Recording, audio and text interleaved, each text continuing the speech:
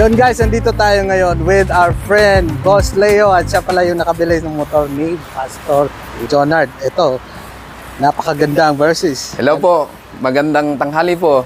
Boss, saan sa'yo sa Pinas? Sa Baguio po, from northern part of the Philippines po. Nagmamotor rin kayo sa Pinas?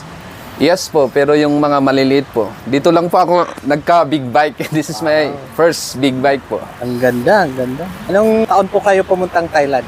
2017 po. Tapos ngayon, may big bike na si Sir.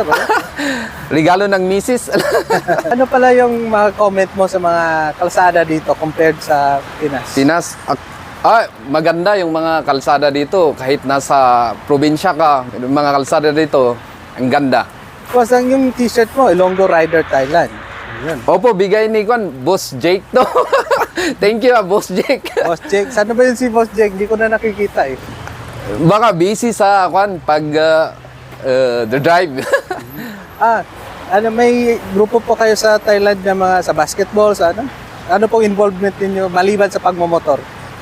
Basketball, actually, nakikisama rin ako kina Pastor Jonard minsan sa Nontaburi. Pero Yun yung work niyo po dito sa Thailand? Work po, nagtuturo po. Isa po pala kayong teacher. Yes po. So, kung ikukumpara mo yung trabaho dito sa Thailand sa Pinas. Yung trabaho dito medyo magaan. May kagaanan. So, bibigyan ka ng trabaho na mag-for good ka sa Pinas.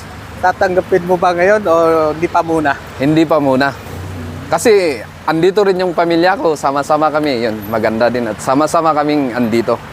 Kaya dito muna. Ano po yung mga advantages na andito yung pamilya niyo, sir? Pag andito yung pamilya mo, masaya kasi wala kang iniisip doon sa Pinas na, di ba, yung minsan namimiss mo yung pamilya mo, ganun. Saan po sa inyo sa Pinas, sir? Sa Baguio, pero from Baguio, 6 hours pa away from Baguio. So from Mountain Province kami po. Mountain Province from Baoco po. Baoco. Ano po yung dialect doon?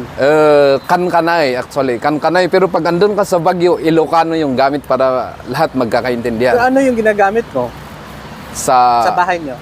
Sa bahay namin, kay misis ko, Ilocano, halo-halo. Kasi yung anak namin, English nagsalita. Hindi alam mag-Ilocano eh.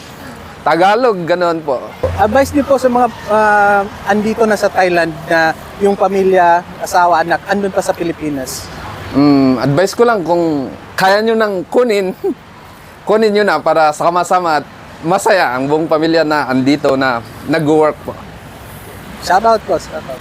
Shoutout sa mga taga IAC riders dyan at FRT riders po. Okay, thank you very much, Boss Leo. And advance happy birthday. Yeah, thank you. Alright.